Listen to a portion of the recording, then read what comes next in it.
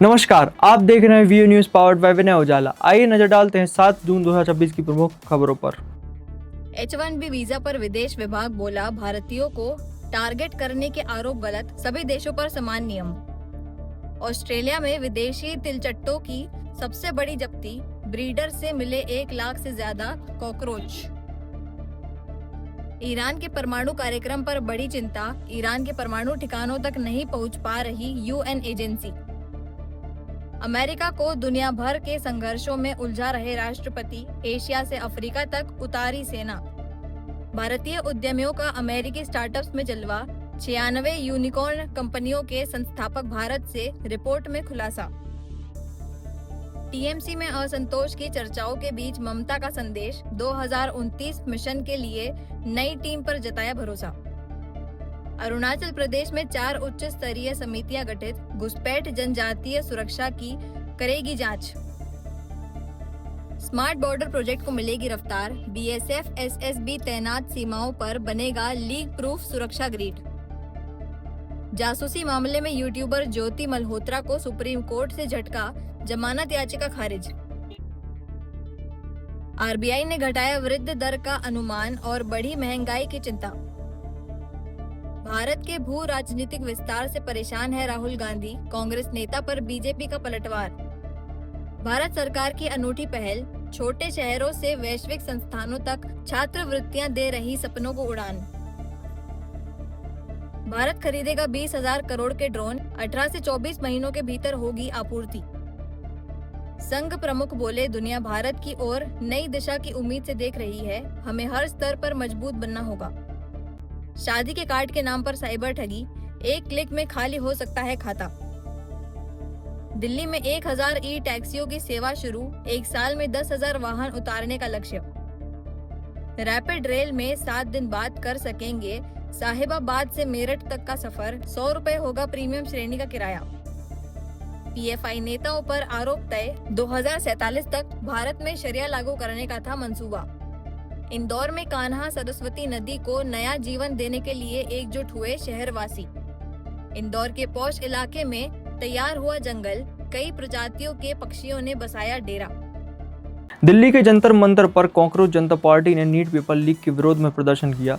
संगठन ने शिक्षा मंत्री के इस्तीफे की मांग करते हुए 5 दिन का अल्टीमेटम दिया और 13 जून को फिर प्रदर्शन की चेतावनी दी।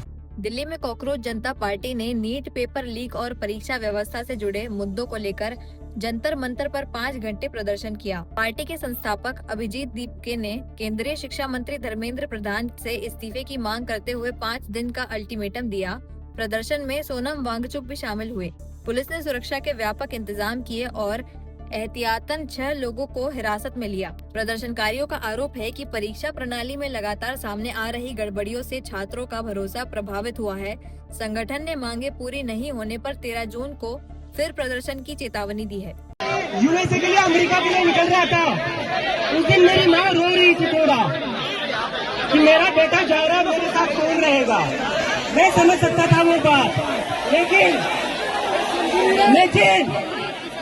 जितना मेरी माँ उस दिन नहीं रोई, जितना मैं यूएसए को जा रहा था, उतना वो तब रो रही थी जब मैं अपने घर वापस आ रहा था।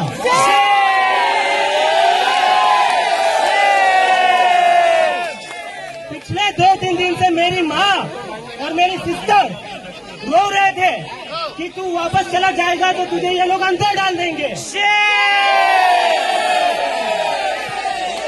उनको डर था, मुझे अपने घर पर आने से उनको डर लग रहा था। और ये डर मेरी माँ का अकेले का डर नहीं है। इस देश में जो भी बच्चा, जो भी स्टूडेंट, जो भी युवा पॉलिटिक्स के ऊपर बोलेगा, इस सरकार के खिलाफ बोलेगा, उस पर उसकी माँ को डर लगता है कि मेरे बेटे को ये कहीं अंदर न डाल दे। कब तक हम ऐसे डर में जिएंगे? एक बार इनको बता दो, हम इनकी डर की राजनीति से अब नहीं डरने वाले। नहीं डरेंगे, नहीं डरेंगे, नहीं डरेंगे, नहीं डरेंगे, नहीं डरेंगे। तुम्हारी राजनीति से हम नहीं डरेंगे, नहीं डरेंगे, नहीं डरेंगे। धर्म की राजनीति बंद करो, बंद करो, बंद करो। हिंदू मुसलमान की राजनीति बंद करो। भाजपा उम्मीदवार चरण चौक और रजनीश अग्रवाल ने मुख्यमंत्री मोहन यादव की मौजूदगी में राज्यसभा चुनाव के लिए नामांकन दाखिल किया। मुख्यमंत्री ने दोनों को शुभकामनाएं देते हुए प्रभारी भूमिका निभाने की विश्वास जताया। मध्य प्रदेश से राज्यसभा के लिए भाजपा उम्मीदवार तरुण चुग और रजनीश अग्रवाल ने मुख्यमंत्री डॉक्टर मोहन यादव की मौजूदगी में अपना नामांकन दाखिल किया। इस अवसर पर मुख्यमंत्री ने कहा कि मध्य प्रदेश संगठनात्मक दृष्टि से भाजपा के सबसे मजबूत राज्यों में शामिल है। उन्होंने विश्वास जताया कि दोनों उम्मीदवार उच्च सदन में प्रभावी भूमिका निभाएंगे और प्रदेश का पक्ष मजबूती से रखेंगे। नामांकन के बाद मुख्यमंत्री ने दोनों नेताओं को शुभकामनाएं दी। वहीं वरिष्ठ भाजपा नेता तरुण चुग ने समत्व भवन पहुंचकर मुख्यमंत्री मोहन यादव से सौजन्य भेंट भी की। अत्यंत हर्षोल्लास के साथ यशस्वी प्रधानमंत्री श्रीमान नरेंद्र मोदी के नेतृत्व में जिस प्रकार से भारतीय जनता पार्टी विश्व की सबसे बड़ी पार्टी हुई है, हमारे लिए सौभाग्य की बात है। आज हमारा अपना ये नॉमिनेशन फॉर्म के भरने के साथ ही विजय का संकल्प यशस्वी अध्यक्ष राष्ट्रीय श्रीमान नितिन नवीन जी के घोषित प्रत्याशी के नाते से मध्य प्रदेश इकाई की ओर से दोनों का फॉर्म जमा कराया है। हम सबका सौभाग्य है कि आज हमने जैसे बाबा महाकाल की इच्छा है, हमारा अपना राज्य मध्य प्रदेश संगठन की दृष्टि से सर्वश्रेष्ठ राज्यों की श्रेणी में आता है और उस नाते से यहाँ से हमारे कार्यकर्ताओं के नए संसदीय जीवन का प्रादुर्भाव हो रहा है, पदार्पण हो रहा है। मैं अपनी ओर से अध्यक्ष जी की ओर से, प्रभारी जी की ओर से, बीडी जी की ओर से, माननीय कैलाश जी, राकेश जी और हमारे सभी वरिष्ठ नेताओं की ओर से हमने उल्लास सबने मिलकर के नॉमिनेशन फॉर्म जमा किया है और हम पूरा भरोसा बाबा महाकाल के साथ करते हैं कि फिर हम एक बार निर्वाचन सर्टिफिकेट के लेने के साथ गरीब, युवा, महिला, किसान सब वर्गों की सेवा के लिए माननीय प्रधानमंत्री के नेतृत्व में उच्च सदन में हमारे प्रतिनिधि भेजेंगे, जो मध्य प्रदेश के हितों के साथ साथ देश के अंदर भाजपा की दृष्टि से भी और संसदीय कार्य की दृष्टि से अपनी योग्य भूमिका निभाएंगे। अग्रिम बधाई, बहुत बहुत धन्यवाद। हाँ, हाथ पकड़ लो। हाँ, क्या बात, आइए आइए आइए, चलिए चलिए, आपका चेहरा देखिए, भाषा में थोड़ा चेहरा देखिए,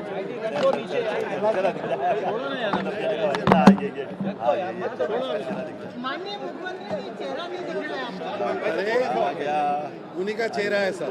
ना थोड़ा हो जाए, रजनी जी थोड़ा इस तरफ आइए आइए। मध्य प्रदेश में प्री मानसून गतिविधियां तेज होने से कई जिलों में बारिश और तेज आंधी दर्ज की गई। मौसम विभाग ने आगामी दिनों के लिए गरज चमक, तेज हवा और बिजली गिरने के अलर्ट जारी किया। मध्य प्रदेश में प्री मानसून गतिविधियां तेज हो गई हैं। शुक्रवार को प्रदेश के कई हिस्सों में तेज आंधी और बारिश दर्ज की गई, जिससे भीषण गर्मी से लोगों को राहत मिली। मौसम में आए बदलाव के कारण दिन और रात के तापमान में उल्लेखनीय गिरावट दर्ज की गई है। मौसम विभाग ने आगामी दिनों में कई जिलों के लिए तेज हवाओं, गरज चमक और बिजली गिरने का ऑरेंज व येलो अलर्ट जारी किया है। विभाग के अनुसार केरल पहुंच चुका मानसून इस बार मध्य प्रदेश में सामान्य तिथि से कुछ दिनों की देरी से प्रवेश कर सकता है। राज्यसभा प्रत्याशी बनने के बाद रजनीश अग्रवाल ने भाजपा नेतृत्व का आभार जताया। उन्होंने कहा कि भाजपा कार्यकर्ताओं के बल पर चलने वाली पार्टी है, जहां सभी को आगे बढ़ने का अवसर मिलता है।